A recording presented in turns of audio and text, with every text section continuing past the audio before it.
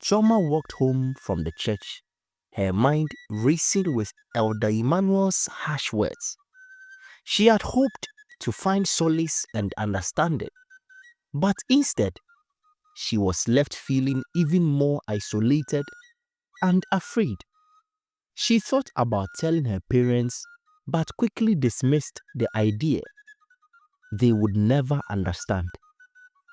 For the next few days, Chioma avoided Elder Emmanuel and the church as much as she could. She kept her secrets hidden deep inside, hoping that somehow things would get better on their own. But the storm she was trying to outrun finally caught up to her in the most unexpected way. One afternoon, while Choma was helping her mother in the kitchen, there was a loud knock on the door. Mama Choma wiped her hands on her apron and went to answer it. Choma's heart pounded in her chest as she heard voices at the door. It was Elder Emmanuel and two other church elders, their faces stern. "Is Choma here?" Elder Emmanuel asked. "Yes, she is in the kitchen," Mama Choma replied, puzzled. "What is this about?" "We need to speak with her," Elder Emmanuel said, his tone leaving no room for argument.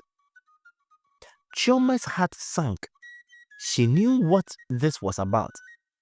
She wiped her hands and stepped into the living room, trying to appear calm. "Good afternoon, elders," she said, her voice trembling slightly. "Choma," Elder Emmanuel began, "we have come to discuss a very serious matter. It has come to our attention that you have been engaging in sinful behavior that is not acceptable in the eyes of God." Choma's mother gasped, her hand flying to her mouth. "What are you talking about?" she demanded. "What has my daughter done?" Elder Emmanuel looked at Choma with cold eyes. "Choma has confessed to having feelings for women. This is an abomination, and it cannot be tolerated in our church." Mama Choma's face turned pale. She looked at her daughter, her eyes wide with shock and disbelief. "Choma, is this true?" Choma could barely meet her mother's gaze. "Yes, Mama, it is true," she whispered. The room fell silent. Choma's father, who had been outside, walked in at that moment, sensing something was wrong. "What is going on here?" he asked, looking from the elders to his wife and daughter. Elder Emmanuel repeated what he had said, and Papa Ikenne's face turned red with anger. "Chioma, how could you bring such shame to our family?" he shouted. "Is this how we raised you?" Chioma felt tears streaming down her face. "I am sorry, Papa," she said, her voice breaking. "I didn't mean to hurt anyone." But her father's anger only grew. "Sorry? Sorry won't fix this. You have disgraced us.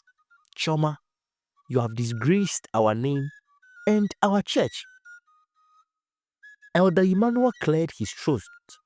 "We must act swiftly to prevent this sin from spreading. Choma must be ostracized from the church until she repents and shows true remorse for her actions.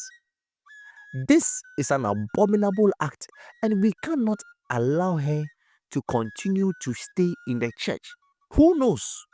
She might spread this canker to other people. She must leave this church immediately."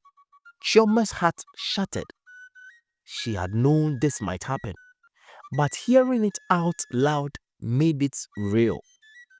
The church, her sanctuary, was turning its back on her.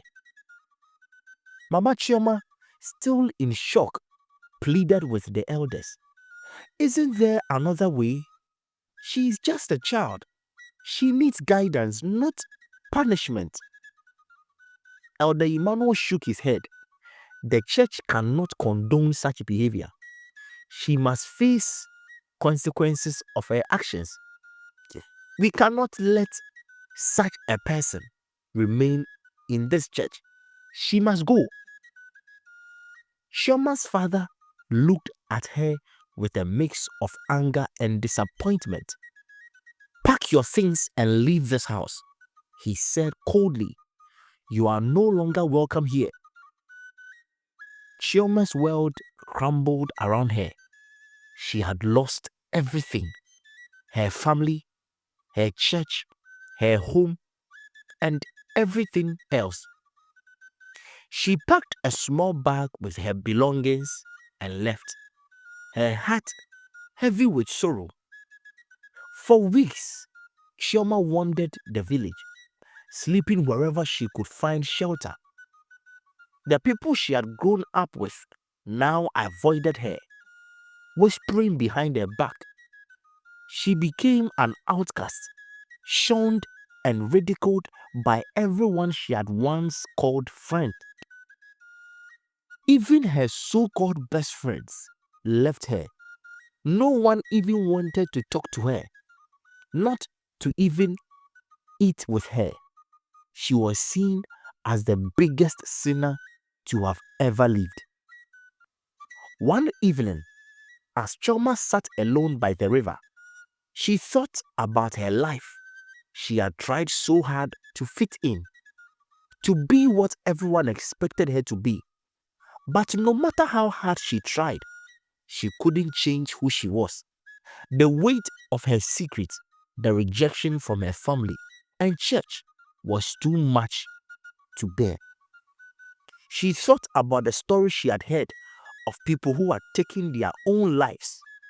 She had never understood how someone could reach that point. But now, sitting by the river, she understood. The pain was too much and she saw no way out. With tears streaming down her face, Chioma made her decision.